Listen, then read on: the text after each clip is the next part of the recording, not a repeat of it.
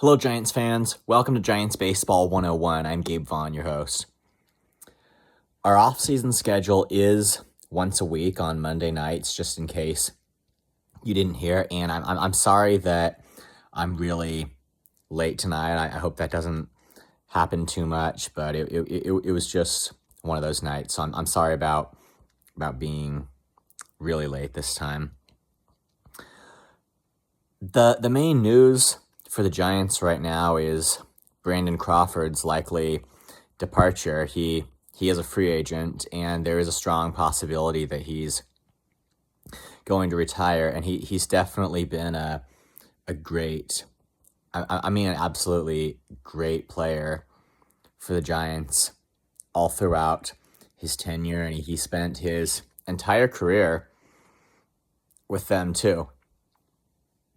And he's likely to retire here. So he is, I believe, the last guy on the Giants roster who's a link to their championship era. It's just amazing how fast this all changes, and it seems like we're really like completely into different times now. And in a way that is sad for sure and disappointing, but I mean, the Giants can't let that distract them from doing the jobs that they need to do and just building a roster of the next generation of players.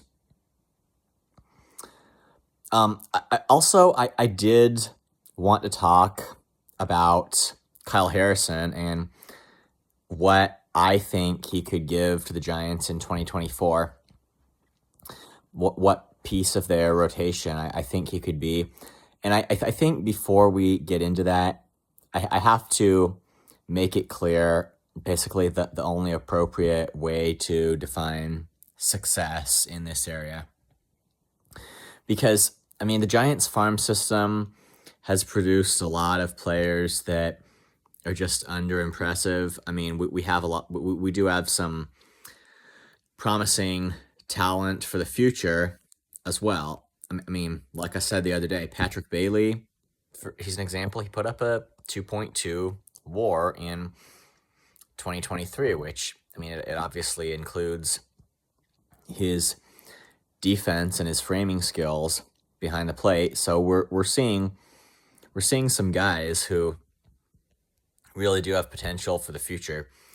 Kyle Harrison in particular, though, this year he put up a 4.15 ERA, and yesterday in his final start of the season, he was, I mean, fairly promising. He pitched 5 scoreless innings against the Dodgers.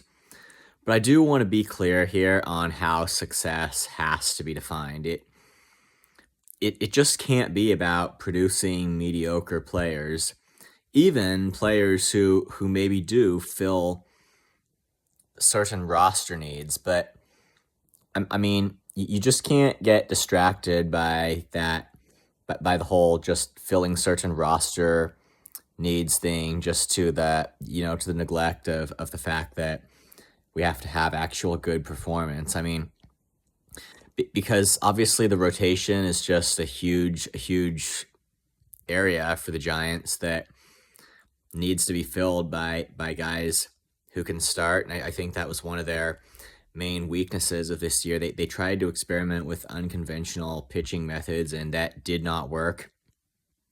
And I think Kyle Harrison can step in and be a part of the rotation in 2024.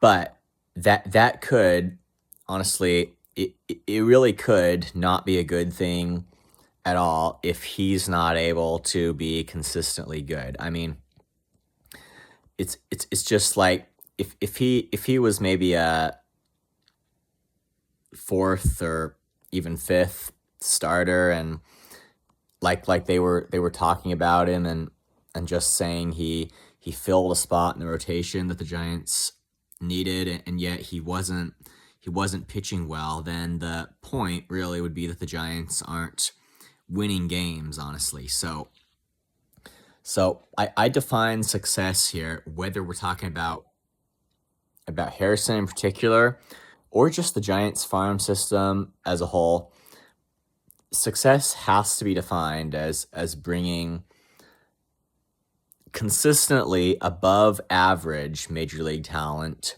to the show, because that is how you win games. And it just can't be called success if the Giants farm system is producing mediocre players for them in 2024, or maybe if it just continues to be guys making their big league debuts and underperforming, and you're just going from one generation.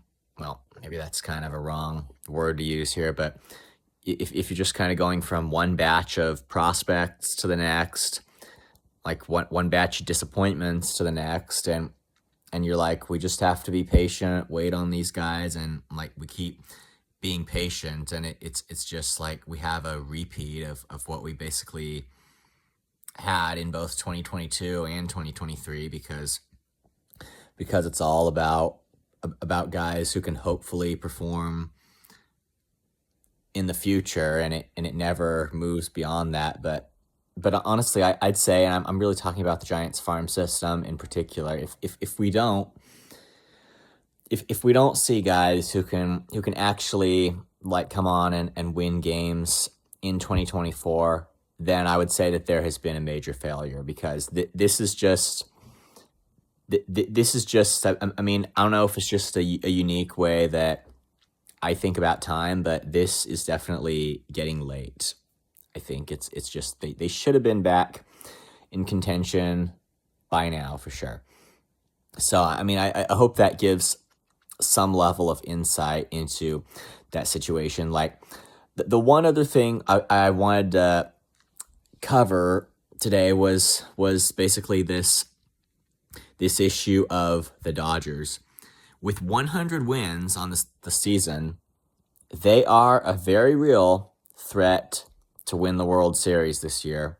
And the next thing on our minds is basically that they get eliminated. That they're a real threat. They're a 100 win team. They kind of started the season like being under impressive. I mean, at least as far as you can say that about the Dodgers, you know, and the Giants were actually within striking distance of nabbing them for first place in the National League West. But that didn't happen. The Giants fell apart. The Dodgers came together, and ultimately the Dodgers took this division title. What else is new? With 100 wins. So a very powerful threat, though. Thankfully, the Braves finished with an even better record. I think it was like 104 wins for them. So we do have a strong kind of like defense against them getting to the World Series. But talking about this National League wildcard series here, it's coming up between the Diamondbacks and the Brewers. The Dodgers are going to play the winner of that series. And I mean, it might be a question in some of your minds, like, who would we prefer to win this series? And if you just ask me, I would prefer to have the Brewers be the guys that face the Dodgers. And my reason for this is just that I think it's probably preferable that the Dodgers face a team outside of this division. I mean, they've been dominating this division for just so long, and even with the Diamondbacks like in first place for the first month of the season or so, then the Dodgers came back over that. And I mean, it's just I prefer to see a team that's outside of this division, honestly. Although I will point out that last year the Dodgers were eliminated by the Padres, who are in the National League West, and that was great, you know. But the D-backs, they're back in the postseason, and it's their I think it's their first time in a while. I can't remember exactly what happened with them last year, you know. But if you're just, and I can't really go on and on with reasons for this, but I just think that I would feel more comfortable if the Dodgers were taken on by a team that's outside of the division, and and the Brewers, they seem to be a bit better of a match. But the Braves, in a very high probability, will make it as far as the National League Championship Series. So if the Dodgers, just in that unfortunate event that the Dodgers get there, I mean, we do have that safety net, and we just have to hope there that the Braves can beat them. It will be a really interesting rematch if that happens. I mean, like, because in 2 consecutive years, that was 2020 and 2021, it was, first of all, a Dodgers victory, and then in 21 it was a Braves victory. So it's likely that the Braves will be able to take care of the Dodgers if it comes down to that. But right now, it's just they're going to be playing in the division series, and I just hope we have a wild card winner team that's strong enough to at least give the Dodgers some trouble. But I mean, the Dodgers have a history of just seemingly improbable faltering in the postseason, and we just hope that can be exploited right now in 2023. Thank you for watching. This has been Giants Baseball 101. Please subscribe if you haven't. Also, please leave your questions and comments. You know where to do it. I'll see you next time on Giants Baseball 101.